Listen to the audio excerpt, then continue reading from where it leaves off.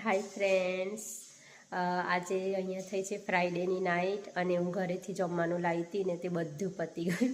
તો પછી મેં આજે બનાવ્યું છે બટાકાનું શાક અને ખીચડી. મને બીજું બહુ શાક બનાવતા આવડતા નથી, એટલે ઘરેથી થોડું બનાવી લાવું અને પણ મેં બનાવ્યું છે.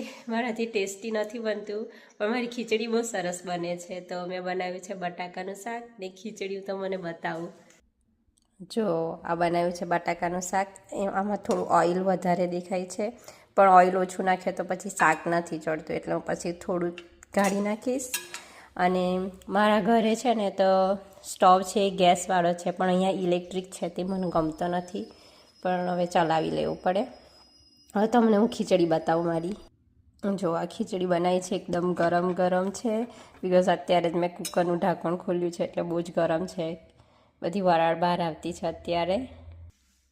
મને બહારનું જમવાનું ભાવતું નથી, એટલે હું તો જાતે જેવું આવડે એવું બનાવીને ખાઈ લેવાનું પછી, બિકોઝ બહારનું તો ભાવતું નથી. મેકડોનલ્ડ અને સબવે તો કોઈક જ દિવસ હું ખાઉં, લાઈક મંથમાં 1 કે 2 વાર જ ખાઉં છું.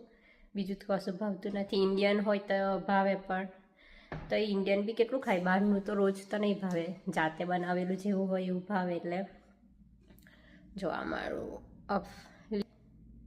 અહીંયા મારું લિવિંગ રૂમ છે અને અહીંયા 2 બેડરૂમનું અપાર્ટમેન્ટ છે, પણ યુઝ પણ નથી થતું, એટલે મને ચેન્જ કરવું છે એ અપાર્ટમેન્ટ, બિકોઝ 1 બેડરૂમનું શોધીએ છે, મળી જાય તો પછી ચેન્જ કરી નાખીશું. અત્યારે તો આમાં જ રહેવું પડશે.